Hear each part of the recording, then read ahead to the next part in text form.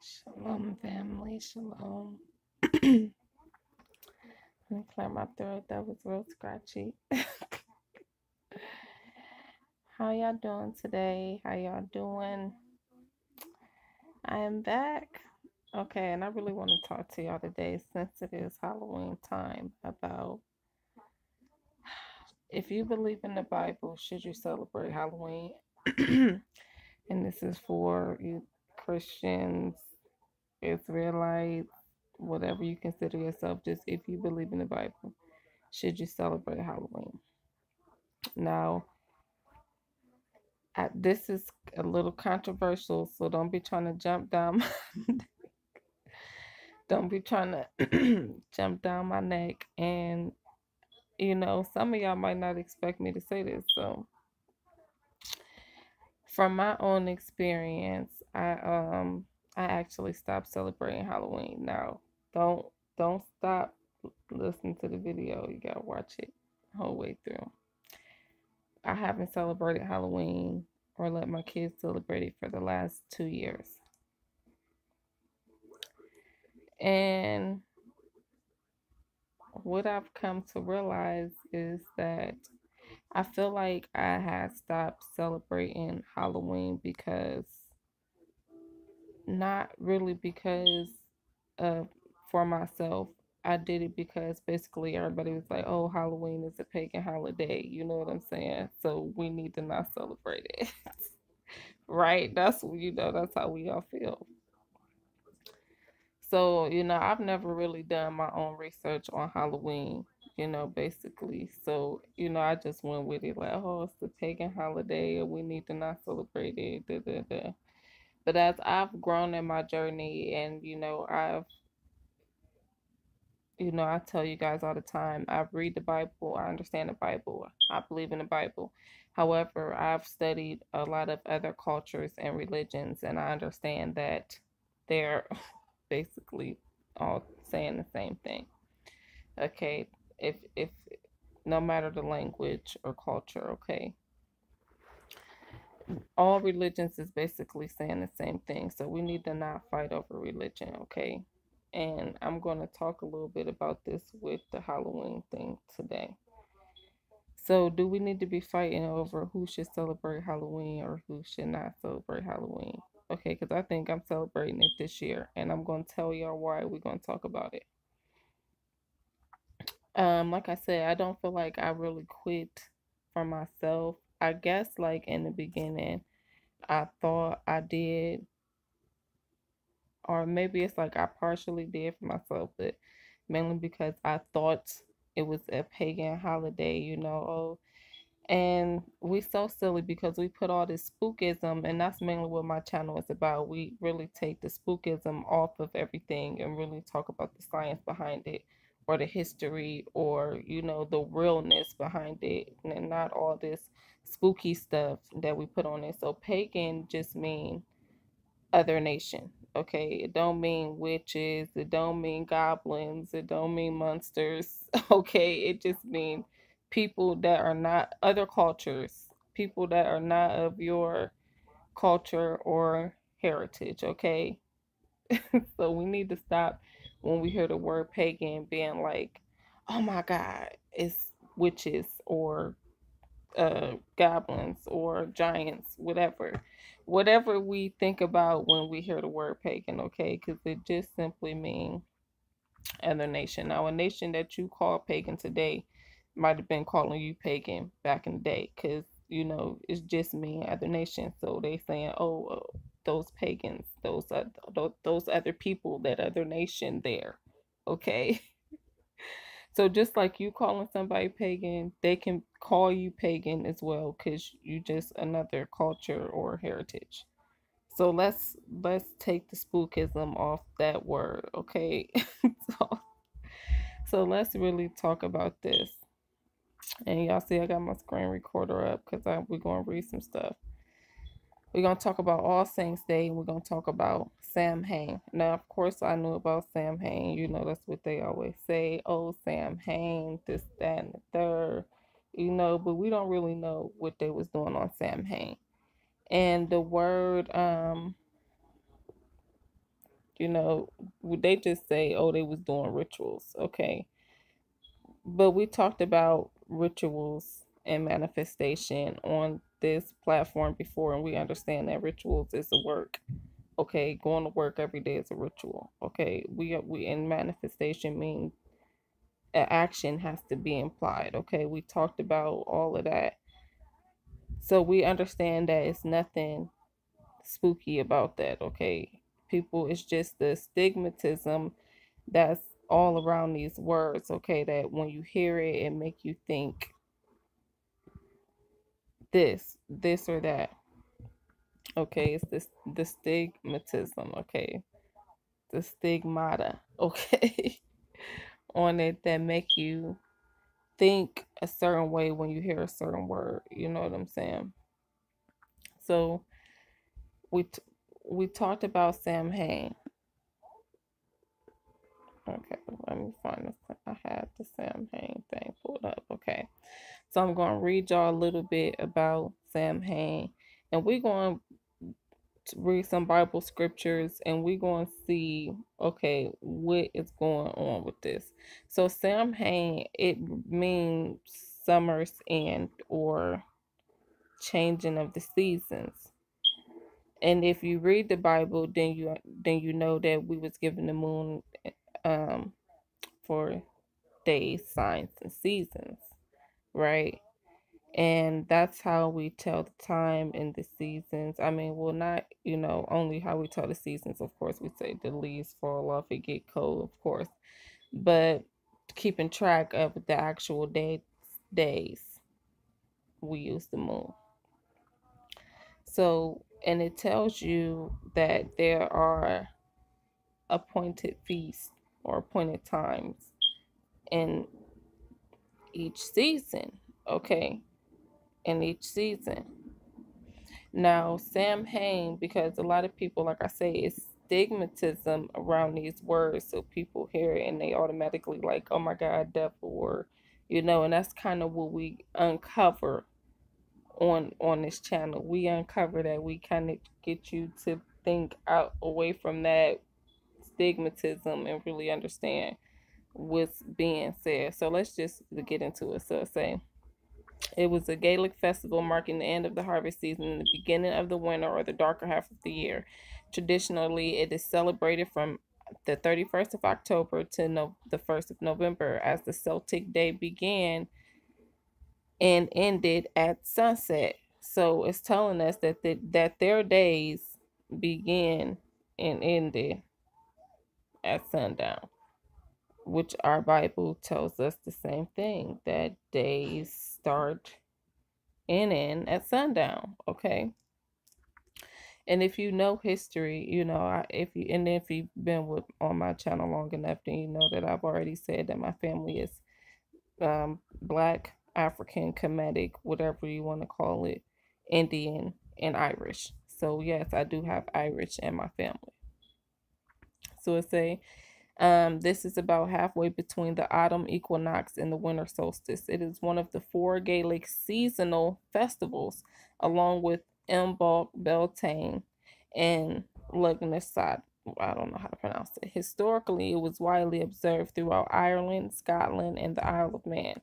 Similar festivals are held at the same time of year in other Celtic lands. For example, the Barthonic Calangai Eath in Wales. Sorry, y'all. This is confusing. Both Celtic branches are roughly old as each other. So it's a Samhain is believed to have Celtic pagan origins, and there is evidence it has been an important date since ancient times.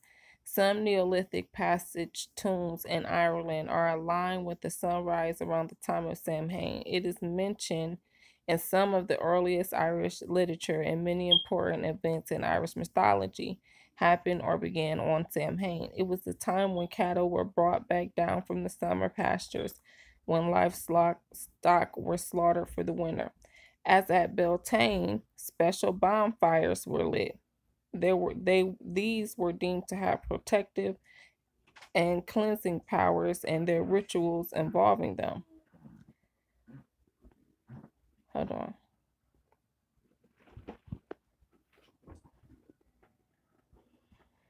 Okay, sorry y'all, that was my husband. So now I just want to point out some things. Is to say, like, as at Beltane, special bonfires were lit. These were deemed to have protective and cleansing powers, and there were rituals involving them. Okay, so it say there was rituals involving them. Okay, when you know, because it's like people all scary and stuff that you can find right in your Bible. Now I'm not gonna say this is the day, but the time does correspond. So this will be the 7th month of the Hebrew calendar, which would be around our time of October, um, in November.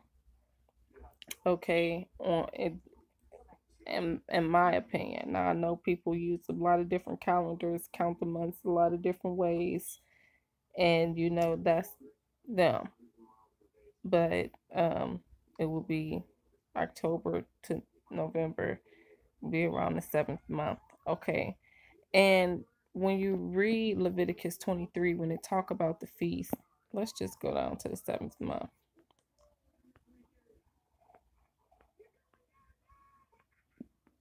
I mean, let's talk about, but hold on, I'm just going to read it from the top, y'all, because this is too much. So we just read about a little bit about Samhain. It said that they brought the livestock down to sacrifice the animals, that they did rituals involving fire. So all this stuff, but you can find all this stuff right in your Bible. Leviticus 23, speaking to the children of Israel and saying to them concerning the feast of the Lord, which ye shall proclaim to be holy convocations, even these are my feasts. 6 days shall work be done, but the 7th day is the Sabbath of rest and the holy convocation. Ye shall do no work therein. It is the Sabbath of the Lord in all your dwellings.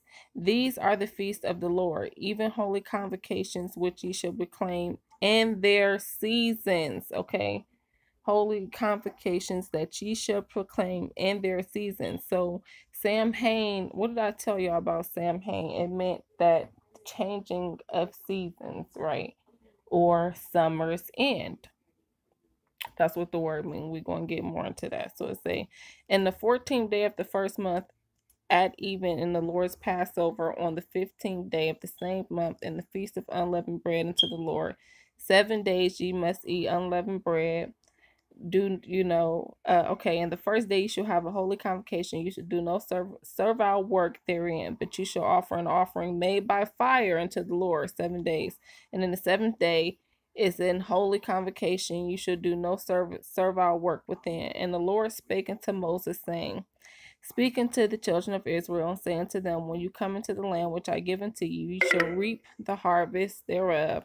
Then you shall bring a sheaf of the first fruits of your harvest unto the priest, and he shall wave the sheaf before the Lord to be accepted for you.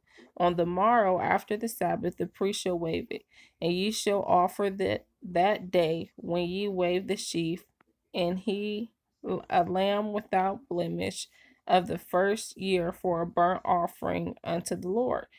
And the meat offering thereof shall be 2/10 deals of fine flour mingled with oil, an offering made by fire unto the Lord for a sweet savor.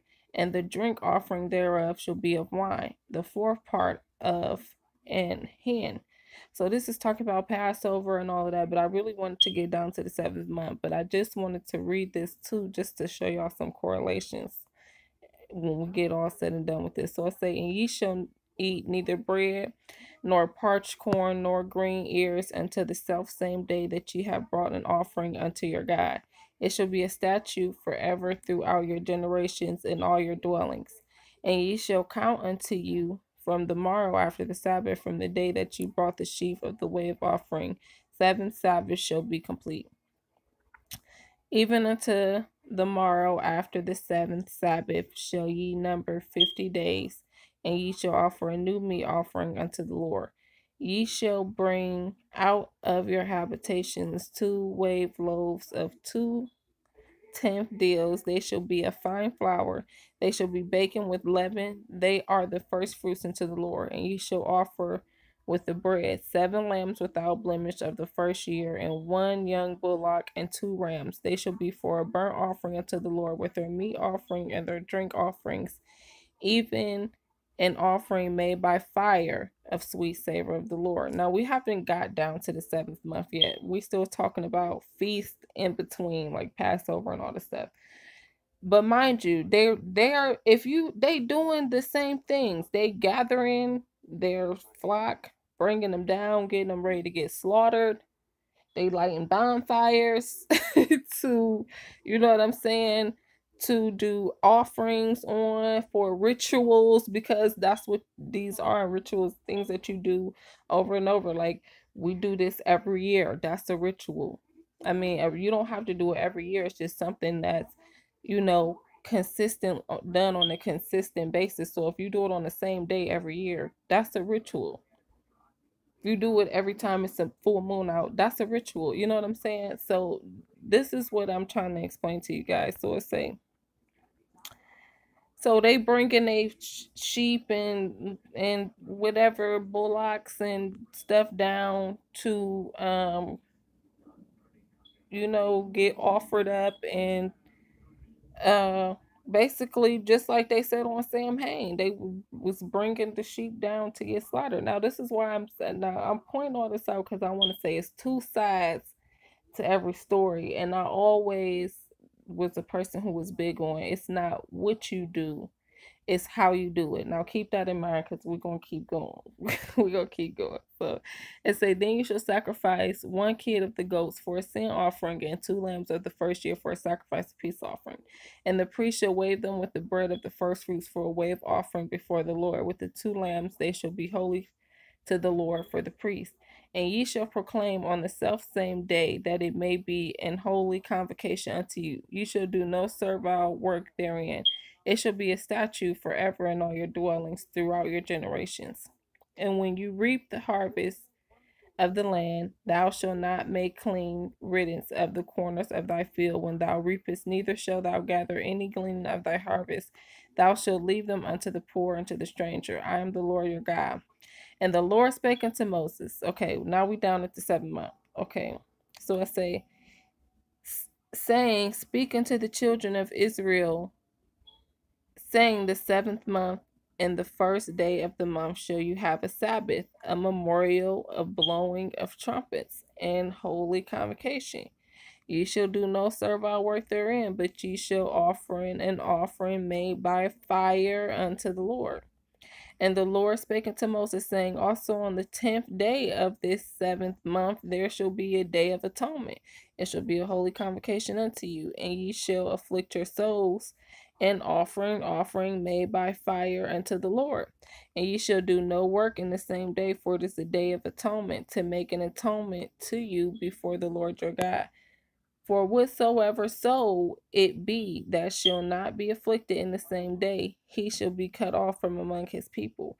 And whatsoever soul it be that doeth any work in the same day, the same soul will I destroy from among his people. You shall do no manner of work. It shall be a statute forever throughout your generations and all of your dwellings. So a statute forever. That's a ritual. So if it's your standard to have a clean house every day, you clean your house every day, that's a ritual. It's not a ritual. It's not, we need to get the stigmatism that a ritual is somebody in their kitchen cutting up a chicken, doing spells, okay? Because that's why so much bad stuff is being manifested, because the stigmatism around words and stuff from movies, etc., stuff that's put in your face. And it's because we are physically connected with the earth, and the celestial bodies and everything is living. We all have electromagnetic fields, and we're all connected, right? Because we didn't talked about this. So when we have these negative stigmas about everything, then it's automatically manifesting negative energy, right? When really something cannot be, okay, what I want to say is something may not be negative in itself, okay? Something may not be negative in itself, but can still be used to do negative right? But do that mean that we put the whole thing in a negative category because somebody used it in a negative way? No. No, people use the Bible in a negative way all the time. Do I throw my Bible away because somebody said, oh, this was changed or this, that, and this and that? No, no, I don't. Okay, so this is what I'm saying. Good things can be used in negative ways, and what we need to do is use them in positive ways. So this is why we need to get rid of this stigmatism. Okay, so let me keep going. So it say, it shall be unto you a Sabbath of rest, and ye shall afflict your souls in the 9th day of the month of even. From even unto even shall ye celebrate your Sabbath. And the Lord spake unto Moses, saying, speaking to the children of Israel, saying, the 15th day of this 7th month shall be the feast of tabernacle for 7 days unto the Lord. On the first day shall be an holy convocation. You shall do no servile work therein. 7 days you shall offer an offering made by fire unto the Lord. On the 8th day it shall be a holy convocation unto you, and ye shall offer an offering made by fire unto the Lord.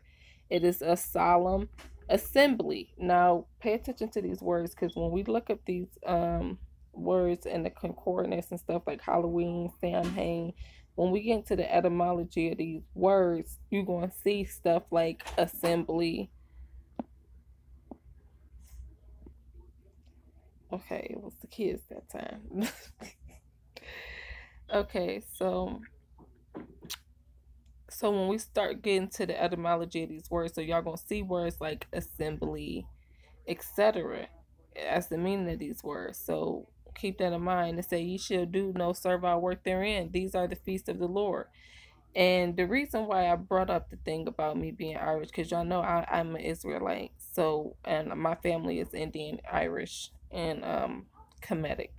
And we've talked about the bloodlines, about how Dan mixed with the Amorites, which would be the Irish today, etc., and how my mother's side is from the tribe of Dan. We have Irish, and um, we talked about how the Israelites is mixed with Indian and Kemetic because Abraham's mother was a Canaanite and his father was a Assyrian Indian. Period. Don't debate me on that because I'm telling you it's right in your Bible. Okay, so don't get in the comments talking about that ain't true, that ain't true. Okay, just because you never heard it before. Y'all kill me with that. Y'all killing me. Y'all know people still comment on that Rap the News video about nonsense. Sometimes I don't even want to respond back, but I really want to show people like how you literally can skip over something or not see something because of your just like what we're talking about right now, preconceived notions, because the stigmatism, because what you already think or what you already been told about it. Okay, so say, these are the feasts of the Lord, which ye shall proclaim to be holy convocations, to an offering made by fire unto the Lord, a burnt offering and a meat offering, a sacrifice and drinks of offerings, everything upon his day, besides the Sabbaths of the Lord, and besides your gifts, and besides all your vows, and besides all your freewill offerings, which you give unto the Lord. Also on the 15th day of the 7th month, when ye have gathered in the fruit of the land, ye shall keep a feast unto the Lord 7 days. On the first day shall be a Sabbath, and on the 8th day shall be a Sabbath. So it's all of these feasts in the 7th month. Yet we only talk about, or tabernacles and whatever, but what I'm saying is these days are all falling around the same day. So I believe that this feast is credible. It's a feast of celebrating the changes of the season. Now, just because we don't have the name Halloween in the scripture, because obviously that's been changed over time, but what we will do is get into the etymology of the words. Hope, just wait on it, y'all, to see how this correlates. So it's saying, and you shall take you on the first day the boughs of goodly trees, branches of palm trees, and boughs of thick trees, and willows of the brook, and ye shall rejoice before the Lord your God 7 days, and ye shall keep it a feast unto the Lord 7 days in a year. And it shall be a statute forever in the generations, and you shall celebrate it in the 7th month. Ye shall dwell in booths 7 days. All that are Israelites born shall dwell in booths. that your generation may know that I made the children of Israel to dwell in booths when I brought them out of the land of Egypt. I am the Lord your God. And Moses declared unto the children of Israel the feast of the Lord. Okay. The reason why I'm reading this to y'all is because I'm not saying, like I said, this is this day, this is Halloween in the scriptures. I'm not saying that. What I'm saying is the stigmatism that y'all put on these days, like, oh, it's pagan because Samhain and they was slaughtering the animals, and you know, they had fires and they was dancing around the fires and all of that and doing rituals.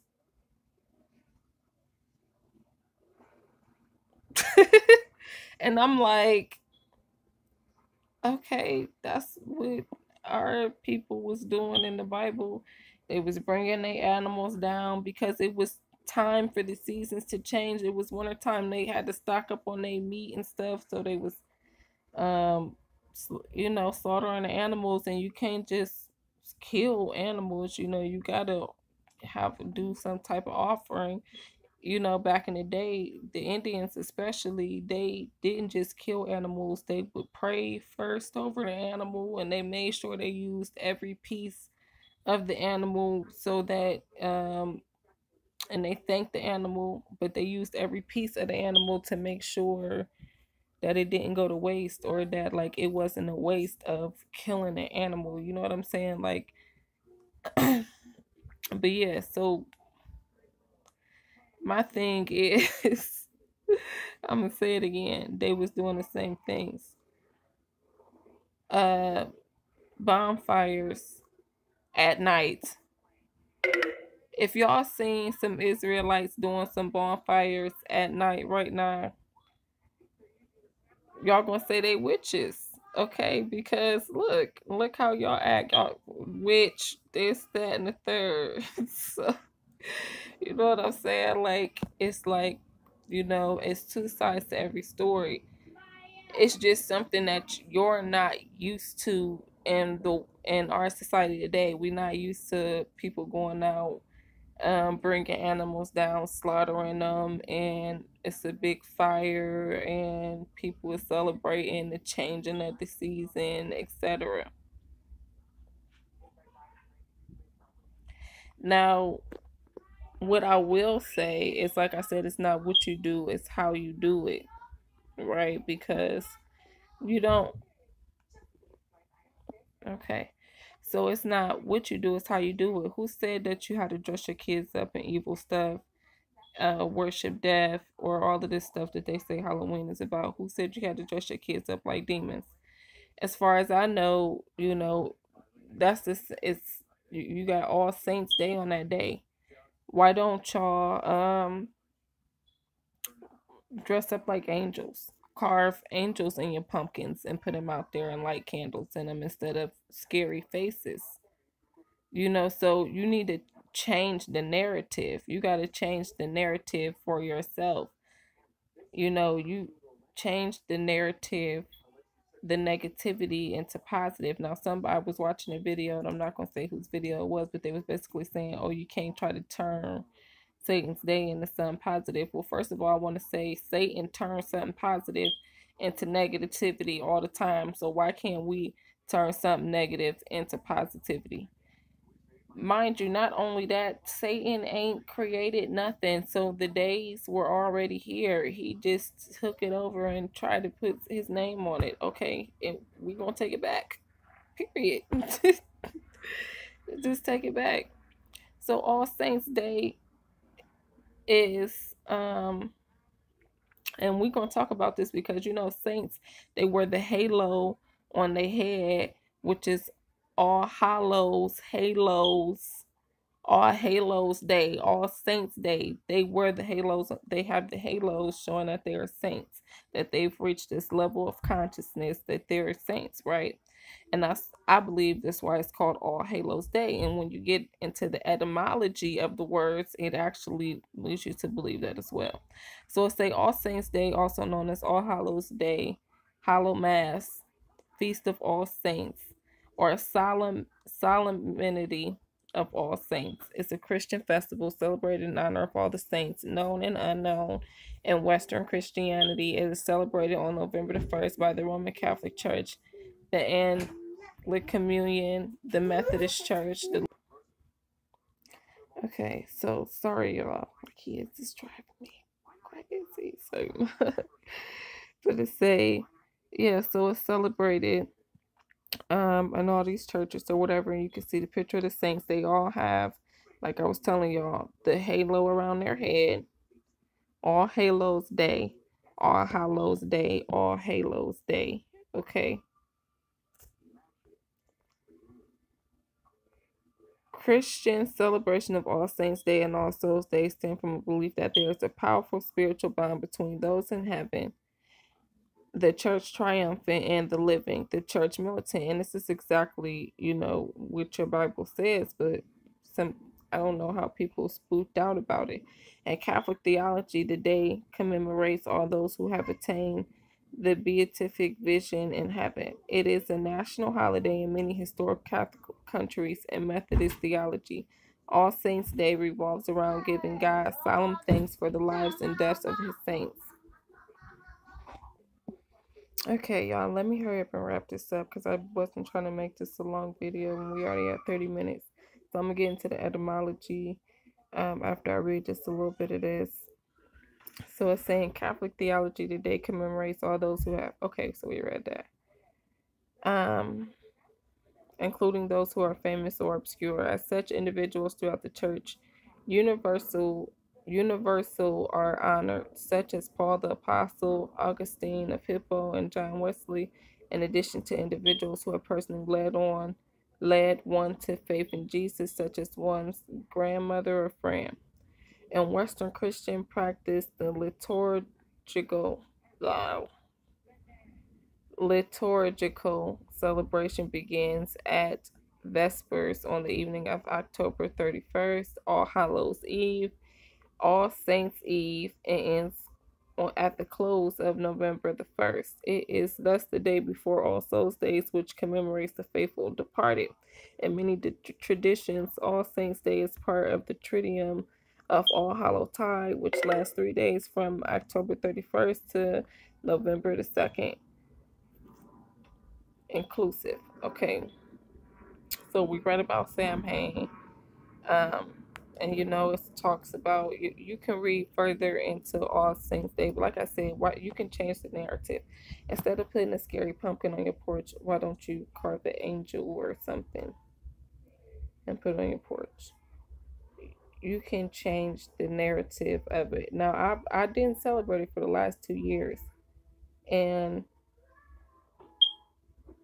I don't feel like it was beneficial to stop celebrating it. I feel like it's more beneficial to celebrate it and celebrate it in a positive way. Okay, so etymology, right quick. The word halal, or the word halal, Halloween, or hallow.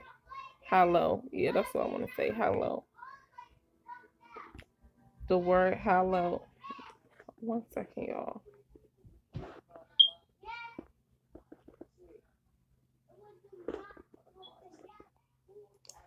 Okay, so the word Halloween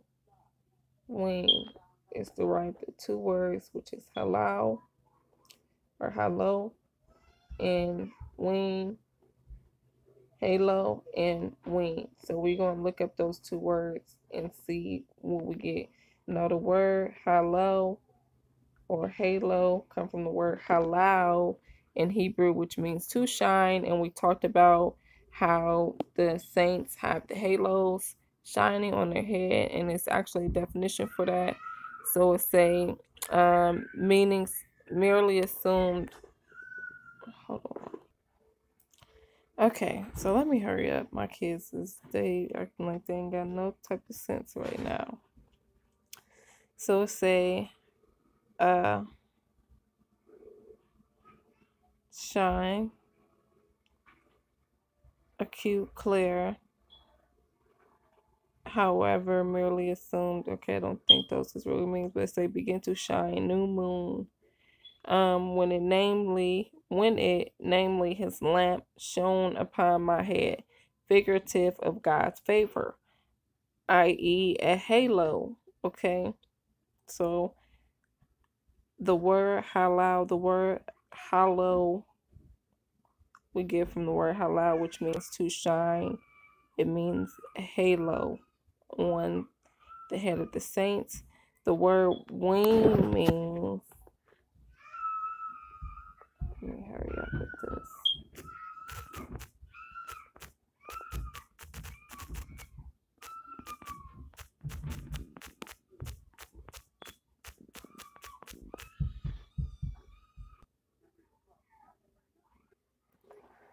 Okay, sorry y'all. So the word win can mean to strive, love, want, reach.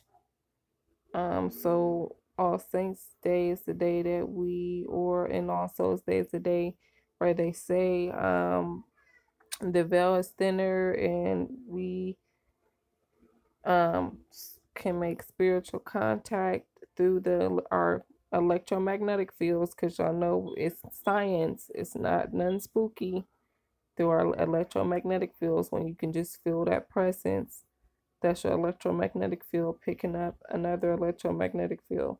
Okay, so loved ones um and saints supposed to be able to honor the loved ones and saints that died. I mean, okay. It means to bewail, lament, to cry, grieve, to wail, to cry out, to grieve.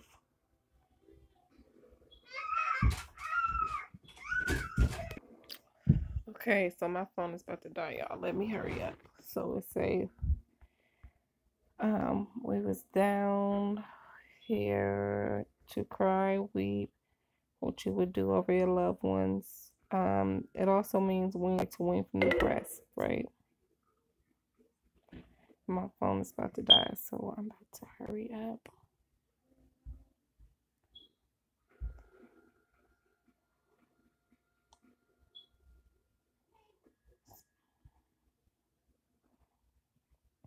No, I had assembly earlier. I don't know what happened to it.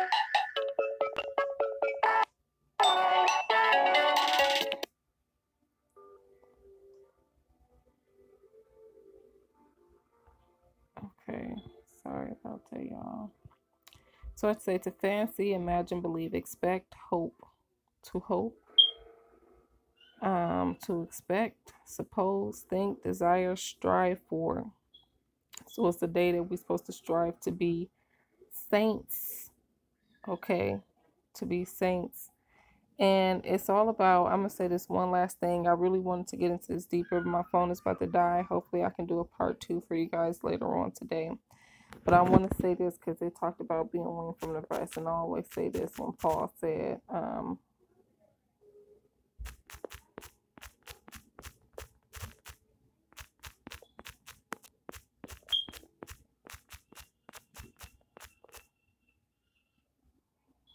what is it, Corinthians 3?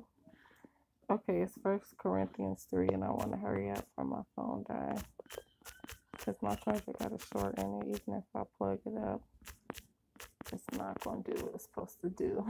So I'm going to have to set it down.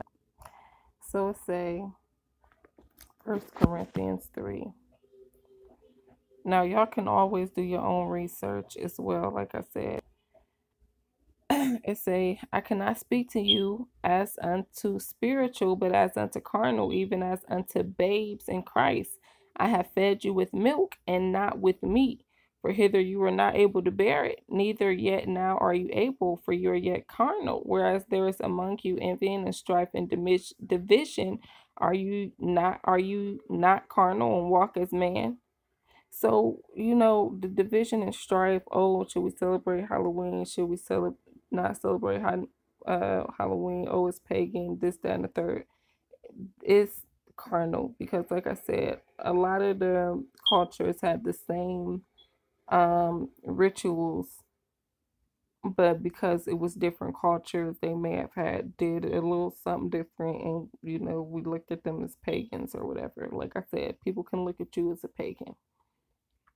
So it just means other nations, other people. Okay. When you really get into studying different cultures and religions and everything, you will definitely start to see the correlations and how they're basically the same stories told from the perspective of different cultures. Okay. Um, I'm in that there. We don't want to be carnal minded. Like I said, you can change the narrative, carve an angel on your pumpkin, and put it out there. But as far as not celebrating it because you feel like you're gonna be looked down upon or whatever reason because it's pagan or whatever, you know. Okay, shalom family. Until we meet again, hopefully I can do a part two.